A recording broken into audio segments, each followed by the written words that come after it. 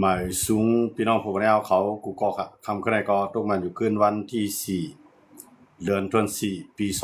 2026เขาขามาพบทบยากันในข่าวยามกลางคืนดึกขนาดข่าวยามในก็10 โมงจำครึ่งขนาดคำขึ้นในก็เขาขามาด้วยข่าวปางตึกตั้งตาวันออกกลางแทงเกี่ยวกับเรื่องปางตึกอเมริกันและอิหร่านนั่นไปหันเส้นต่างเด็กขึ้นดื้อลงไหลขนาดปางตึกกันได้ก็ พอมาด้วยดังฝ่ายอเมริกันเมื่อเสนอประธานาธิบดีโดนัลด์ทรัมป์ได้ปืนเผามาหลายปอกหลายกำว่าพร้อมปันข้าวยามให้อิหร่านเขาเลือกข้าวยามให้ดีที่สุดให้กึดปางตึกยาวก็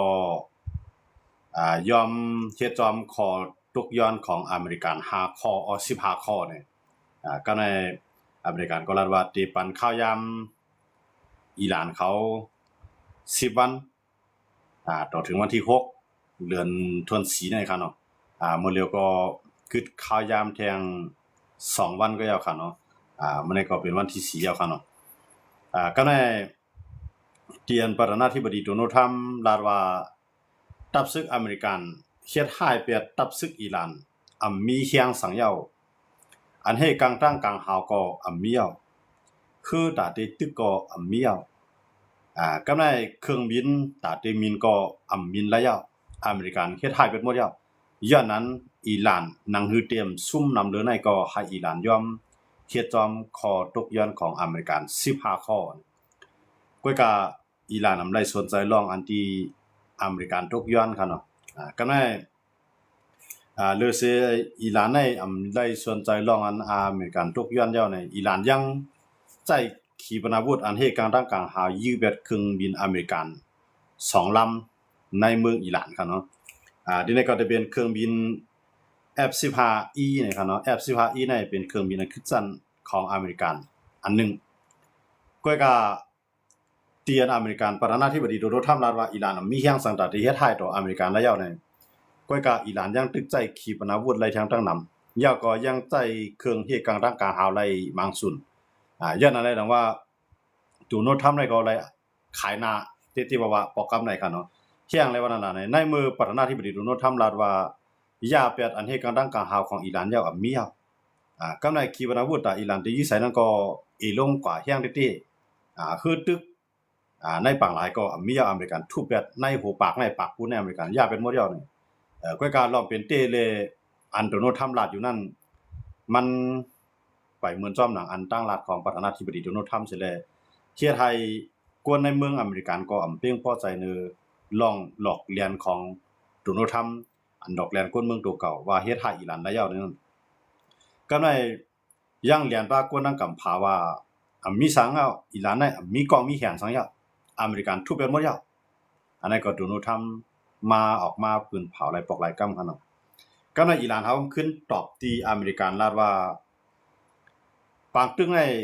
มันอยู่ที่ตัวทบมือเสตึกใจอยู่ในโซเชียลมีเดียเสตึกอันโดนัลด์ทรัมป์ลาดว่าย่ารู้แล้วแบบตับซึกอเมริกันแล้วตับซึกอิหร่านแล้วในนั้นลองเปลี่ยนเต้นั้นให้อเมริกันเข้ามาโดนัลด์ทรัมป์เข้ามาในปางตึกกำซื้ออิหร่านเฮาก็ปืนเผาข่าวแห้งไว้คั่นเนาะก็ในโดนัลด์ทรัมป์ในอื่นก่อมไล่ค่ายก่อมออกถอยก่อมไล่กวางหน้าก็อยากมีตังเด้อครับเรียบเตใจแห้งซึกเขาตึกในข้าวยามันจำๆในขณะยันเบอร์โดนัลด์ทรัมป์ลาว่าค่าดัง6 วันเอาค่าดัง10 วันเนี่ยมันได้ถึงมือวันที่6ทั้ง2 วันทั้งหน้าในขณะก็ในหรือนั่นก้าหรือสิอิหร่านเนี่ยเฮ็ดจอมสิสิลองฮอมุดก็ยอมปึดก็ใน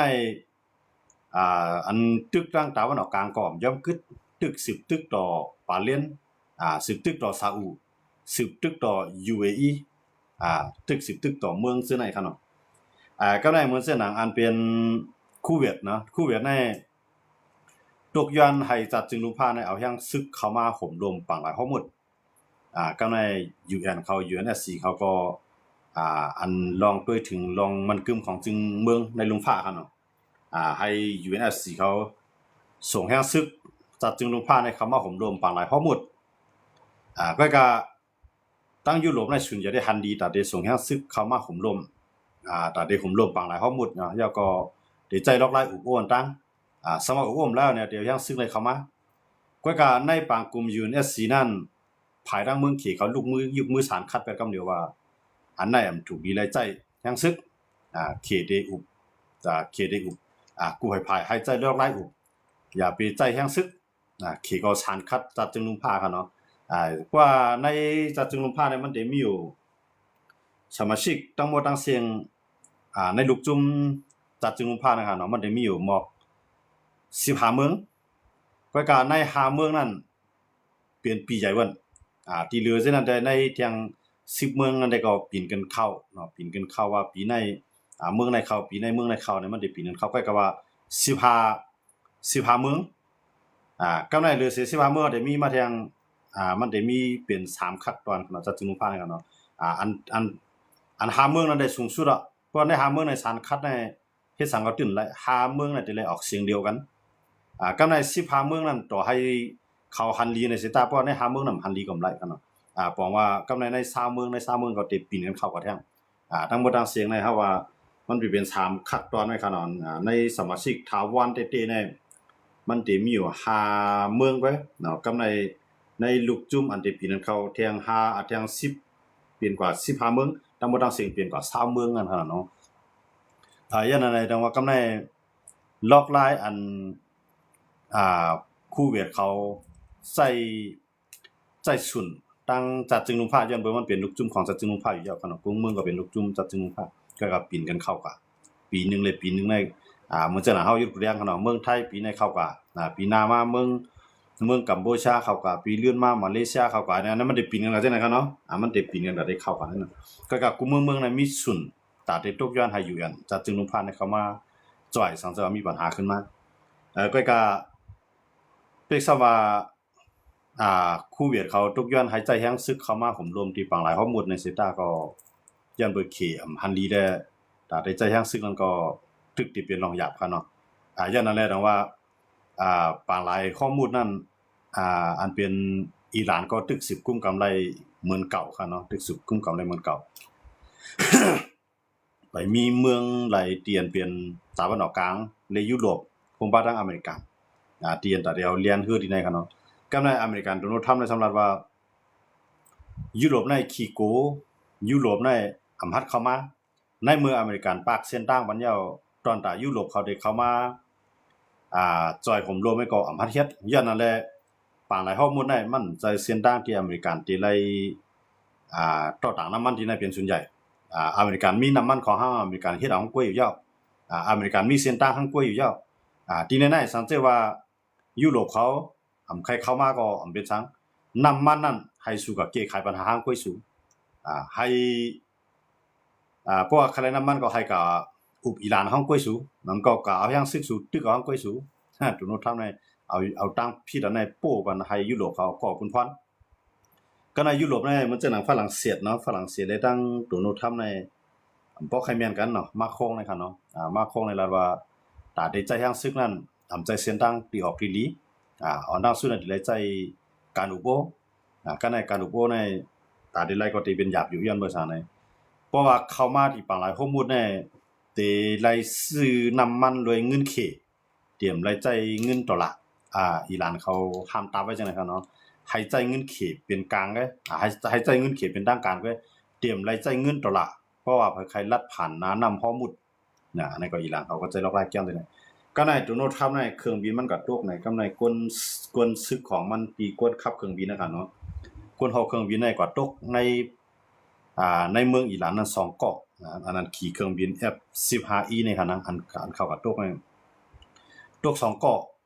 ว่าอิหร่านในเอาขีปนาวุธยิงใส่ว่าอิหร่านเอาขีปนาวุธยิงใส่ใน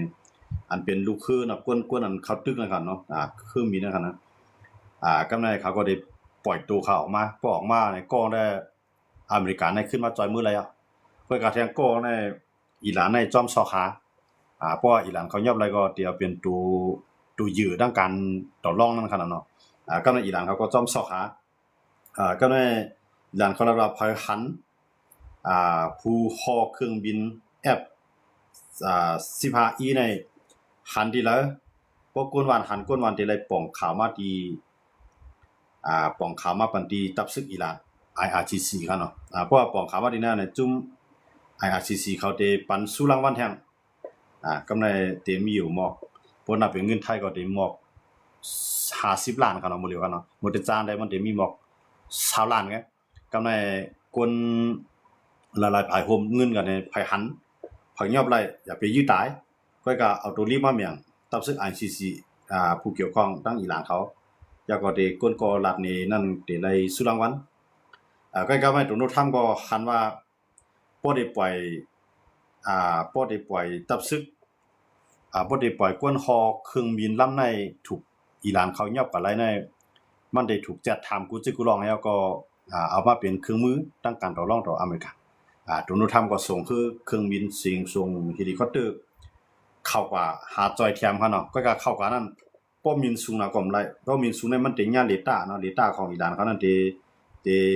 เจียงมาตีขีปนาวุธตีจังยิงยาอันที่กันนักหาในจังยิงยาแต่เพราะฉะนั้นวินสูงก่อมจังได้เตะก็ในอเมริกันเขาเนี่ยวินเตียมเพราะวินเตียมอิหร่านเขาซ้ำยึดตกแทงใจเครื่องRPG ในซ้ำจะในนั่นน่ะเนาะเขาว่ายึดตกแทงอันนั้นเขายึดตกเลยทั้งลำนึงครับเนาะเครื่องลิงแม่งเครื่องบินเฮลิคอปเตอร์เครื่องแม่งมีเนี่ยกัดตกทั้งลำนึงอันในตัวโน้ตเท่าในจะรับแห่งหนาครับเนาะในเขาย่างมาดูในอิหร่านตบนามันอิหร่านสิกนามันยามเพราะฉะนั้นอิหร่านเนี่ยตีขึ้นถอยหลังกับเหมือนกับปันของยูเครนครับเนาะมันแสดงว่ามันเตรียมกว่าทั้งหน้าตีถอยหลังกว่าทั้งหลังอเมริกันตีจะมังไว้เสี่ยงอันเป็นโคข้ามแม่น้ำเนี่ยอันโคข้ามจู่กับเมืองที่เมืองต่อเมืองเนี่ยห้องไฟฟ้าเนี่ยห้องเฮ็ดแก๊สเนี่ยห้องน้ำมันเนี่ยอเมริกันเนี่ยตีซับไปที่ไหนเนี่ยอันตัวโน้ตทำของว่าปืนเผากันเนาะแต่ว่าที่นั่นเนี่ยปางตึ้งนั่นแหละอเมริกันเนี่ย ลาว่าบางหลายข้อมูลปืนก็เยอะอันนั้นมันเป็นรองของยุโรปก็อเมริกันเตะทุบเปียดอิหร่านเตะทุบเปียดอิหร่านย้อนบ่อิหร่านในอำยอมเฮ็ดจอมขอตกย้อนของอเมริกัน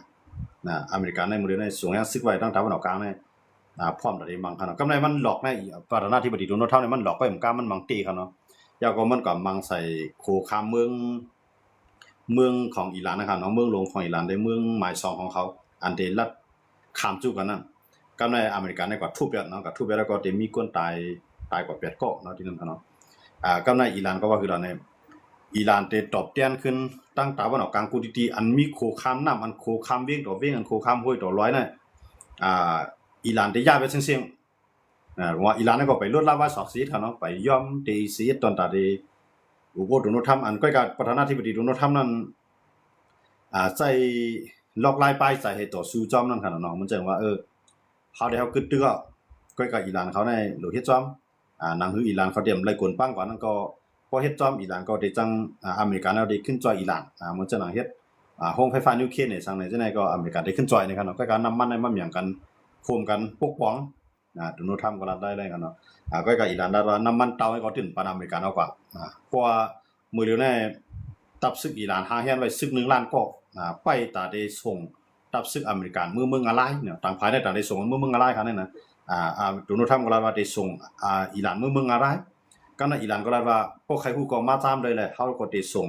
ซึกอเมริกันได้มาหลายก็ตื้อนำดูปล่อยไว้อยู่ตายไปเสี่ยงๆอันนั้นเป็นอิหร่านเขาก็ออกมาปืนเผาเนาะแต่ว่ามื้อในโดนัลด์ทรัมป์ในต่างหนึ่งคนเมืองของมันในนับเป็น10ล้านก็ลุกขึ้นมาในครั้งใส่ก็กับโดนัลด์ทรัมป์นำชวนใจก็ในโดนัลด์ทรัมป์ในเครื่องบินของอเมริกันในมาตกในจะตกในเมืองอิหร่านหมดขนาดตกในเมืองอิหร่านในตึก2ลำเองก็ที่เหลือนั้นมันอยู่ในอิรักอยู่ในซาอุอยู่ใน UAE เครื่องบินจะในทั้งหมดทั้งเสียงในปางตึก1เรือนปลายมาในเครื่องบินอเมริกันในตกกับ7ลำเอาค่ะเนาะเลี้ยวกับ7ลำเอาในว่าเป็นอันมหาอำนาจหมายหนึ่งของกัมพูชามาญาอิหร่านหมายหนึ่งตั้งแต่ตะวันออกกลางค่ะเนาะมาญาจังได๋ก็ในโดนัลด์ทรัมป์ในอื่นก็ไล่ค่ายก็ออกเต็มมังที่ก็คนเมืองสำคัญดีเตรียมมังอิหร่านซ้ำฮักหน้าเอาขี้ตาหน้าโดนัลด์ทรัมป์บ่ได้นะมันจะหนังขี่เขารัสเซียกันหลายๆเมืองเนี่ยสร้างพวกใครสร้างกินอเมริกันเยอะเนี่ยหันนำจูบว่าอเมริกันมาตึกวางตึกเมื่อโดนัลด์ทรัมป์ลาดว่าคารังหาอาทิตย์เนาะมันเลยได้หาอาทิตย์แล้วมันไปถึงดีก็เนาะมันไปถึงดีมันเลยได้เสียอาทิตย์ปลายคั่นเนาะเสียอาทิตย์ปลายเดือนปลายคั่นเนาะก็ในบางตึกนั้นมันไปมีเวียวมันมีสายคือเลี้ยง ตาได้กึดกันได้เนาะกำไรอยู่เนี่ยสีเขาก็เตมาคมกันเข้าที่ปังหลายของหมดนี่ก็เหมือนจะหนังฝรั่งเศสใครเฮ็ดเมียงอังกฤษใครเฮ็ดเมียงเยอรมันใครเฮ็ดเมียงไปเข้าตั้งกันเฮ็ดนั่นเลยไปจ้างเขามากำไรขี่ก็สานคัดจอมแท้งรางว่า UNSC ก็ไปจ้างเขามาเนาะโดนทำเอาละว่าเตรียมบางแบบเสียงๆอ่ะเตรียมไว้เลยสังอ่ะอีหลานในเข้าปั่นข้าวยามในมื้อเลยได้มันลัดว่าปั่นข้าวยาม2อาทิตย์เนาะเที่ยง2อาทิตย์ค่ะเนาะเต็มๆมันได้มันตามวางไว้แทง10วัน10วันเนี่ยมันเด็ดถึงวันที่6แทง2วันตั้งนานนะครับเนาะอันที่มันปั่นมาประการในคณะ10วันนั้นเนี่ยมันได้ขึ้นเรือนกว่าแทง2อาทิตย์ให้หันน้ำหันตูมันอิสราเอลซะว่าแทง3อาทิตย์ให้ผอนำในตูมันบอกว่าบางตึกนั้นตึกสิยิบจ้าก่อนนะมันจะมาอิหร่านก็รัดว่าห่างแฮนซึกไว้หมดแล้วซึกอเมริกันเข้ามาก็อะไรก็บ่เหยียบในแผ่นดินอิหร่านเข้ามาในบ่ซึกจอมดินในกลางวันเนาะติดส่งมึงอะไรเสียงๆตีนเตรียมปล่อยไว้รอดมือสิโก้อันนี้อิหร่านก็เลยว่าใจลอกไล่แก้มต่ออเมริกันก็มันรัดว่าได้ทุบเป็นวนๆในขนาดเนาะอันนั้นเลยไปด้วยพวกด้วยตูโนท่านเรียบที่มังตี้อยู่ค่ะนะเรียบที่มังทุบเป็ดที่เดียวว่าสิได้ติปิ่มปิได้ติย่ำยาวได้ฮู้นั่นน่ะเนาะเพราะว่าด้วยในปังตึกที่อิรักได้อเมริกันเขาย่ำกว่าเขายื้อกันเนาะอิรักในก็อเมริกันกว่ากวายไปผู้นำเขาสนับหุ้นเสียนนะครับเนาะอันนั้นก็ใจเขาย่ำอยู่ม5ปีอยู่ใครเนาะพวกเขาต้องผิดกันเนาะม5ปีครับที่อิรักนะครับนะอเมริกันก็ใจเขาย่ำ5ปีตึกหรือได้อิรักก็เย็นกว่าเยอะอเมริกันกว่าอุปเปิงไรก็ในมันก็ถามว่ากัดเย็นที่5ในเมื่ออิรักนำใจมันถึงมีจุดมีความการอยู่เอาตามใจทำที่อิหร่านนี่ก็ตึกเปลี่ยนเพศออกลงปองจึงอิรักอยู่ครับเนาะก็ในอัฟกานิสถานในอเมริกันในใจเขาย่ำ20ปีเนาะใน20ปีนั้นมันก็อยู่กันเนาะมันจะว่ากว่าตึก20ปีเนี่ยมันใจก็มันก็อยู่ข่มร่มตั้งวันลงปองจึงใหม่ขึ้นมาอันนั้นใจเขาย่ำ20ปีมันจะเหมือนเวียดนามจะในก็ใจเขาย่ำหลายปีเหมือนกันครับเนาะดังว่าอันอิหร่านนี่ก็เรียบเต็นหนัก6ปีมันอยู่ครับเนาะเพราะมาด้วยในเพราะว่าอิหร่านนี่มันไปย่อมเสียนะครับเนาะโมเดลนี่มันไปย่อมอันนั้นเดี๋ยวเลยไปด้วยว่าอันเป็นอิสราเอลรัฐว่าที่ปันขยามเที่ยง15เที่ยง5อาทิตย์เอาเที่ยง5วงเนาะเที่ยง5อาทิตย์อันเป็นอิหร่านครับเนาะ3อาทิตย์นะครับเนาะอิหร่านว่า3อาทิตย์อเมริกันรัฐว่า2อาทิตย์ครับเนาะอิสราเอลเนี่ยเพราะว่าจะมอง3อาทิตย์เนี่ยหันผายมันเนี่ยอิสราเอลได้ว่าว่าจังได๋ก็ในอเมริกันก็รัฐว่าเที่ยง2อาทิตย์ว่ากำไรว่าโดนัลด์ทรัมป์บางแห่งกำไรในโครงสร้างของอิหร่านในมันจะนั่นเกียรติน้ำมันในอเมริกันในเต็มสนใจได้ทุบไปแล้วมันว่าไว้จังขนาดนั้นได้ทุบเต็มไปจังหวะที่ได้ไปด้วยครับมื้อนั้นเดี๋ยวโน้ตทำได้เกียรติเขียวมันงานแล้วกันนะใครมังจังเหือในซึกของอเมริกันในมันก็ตกในเมืองนั้นนี่ก็อิหร่านเขาปุ่นภาวะเขายอมไล่ยอดนะครับเนาะ